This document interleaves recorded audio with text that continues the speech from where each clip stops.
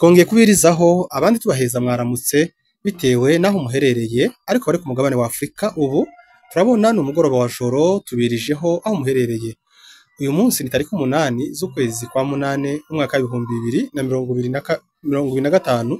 Tugiye kubagezaho amakuru, ariko inkuru yacu iraza guhera muri Kivu y'Amajepfo mu misozi miremire y'Umurenge, ndetse tuza kuyakomereza muri teritware ya Uvira, mu mujyi wa Uvira, nyuma turaza kuyasoreza muri teritware ya Warungu n'ubundi aho ni muri Kivu y'Amajepfo. Kuko mubizi mu Minembwe iminsi bitandukanye bagabweho ibitero na leta ya Kinshasa, byari ibitero biremereye cyane, byari byaje kwica, kwiba ndetse no kurimbura umuturage cyangwa se umunyamurenge uri muri karagace k'imisozi miremire y'Umurenge. Ariko kubwa twirwaneho ndetse n'Imana y'Umurenge babashe gusubiza ibitero byose inyuma. Tariki 5 nibwo bagavye igitero aho bita Kwirumba, aho ngaho ni mu burengerazuba bwa Minembwe, ndetse bakigabana handi bita muri Nyarushasha cyangwa se muri Nyagishasha. Ariko aho hose twirwaneho yagaraza ikigabo, ibasha kwirukana umwanzi, nta na hamwe yigeze itakaza yeneo yabo cyangwa se ikayabo ngo bayivemo. Ubu baracagaza ikigabo ku murongo w'urugamba, nubwo umwanzi yari yazanye imbaraga nyinshi cyane, ariko bamusubije inyuma kugeza uyu munsi wone twadukora inkuru eneo zose twirwaneho irazikontorora kandi bameze neza. Andi makuru n'ubundi nayo mu Mikenke, naho umwanzi nuko byagenze, yaraje atera akarere kose, atera akarere ka Mikenke. N'ubundi umugambi ni wa wundi ko ari ukwica, kwiba, kurimbura. Gusa twirwaneho yagaraze ku marembo, n'ubundi yirwana kuko isanze bikoze, isubiza umwanzi inyuma. Yari yaje afite imbaraga zikomeye cyane, umwe yaraturutse za Marunde, twarabivuze mu makuru bushize, bari baturutse zira zigera kuri 4, ariko twirwaneho ibasha kwirwanaho isubiza ibitero byose inyuma. Gusa kugeza uyu munsi wa none imirwano yarahagaze, ariko umwanzi ntabwo ari kure cyane, n'ubundi aracagaragara hafi ya Mikenke kaho bita Ibukunzi. Aho ngaho ni hafi n'ubundi na za Gipupu.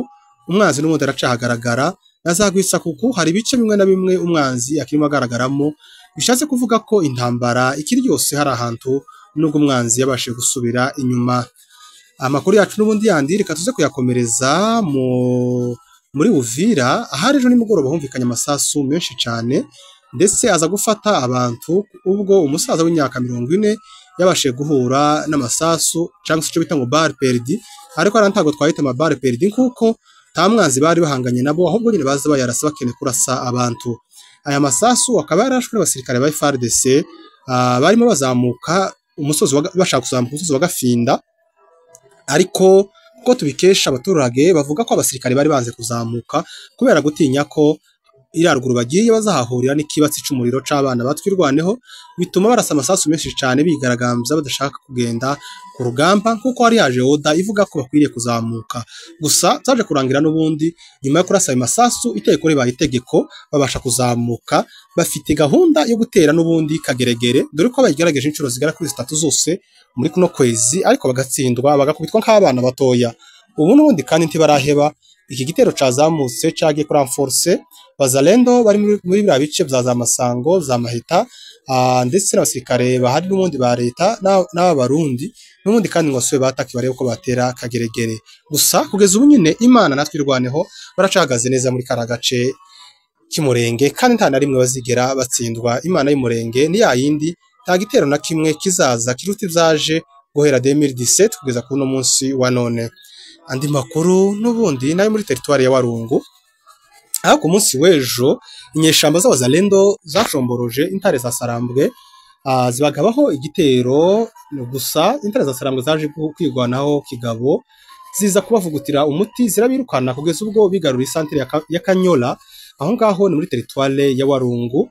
Gusa kuko tubikesha abaturage mu audio bagiye basoro n'umunsi wa none, bavuze ko Abazalendo bamaze guhunga baja kure. Ati bigaragare ko n'ubundi intare za Sarambwe zikomeze guprogressinga zije imbere, ndetse ko zizashobora kugenda Kamituga nta kintu na kimwe kizikoma imbere, kuko aho ngaho ariho hariho defense ikomeye cyane yagerageza kuba yakwimira intare za Sarambwe hamwe na twirwaneho ziri muri biriya bice.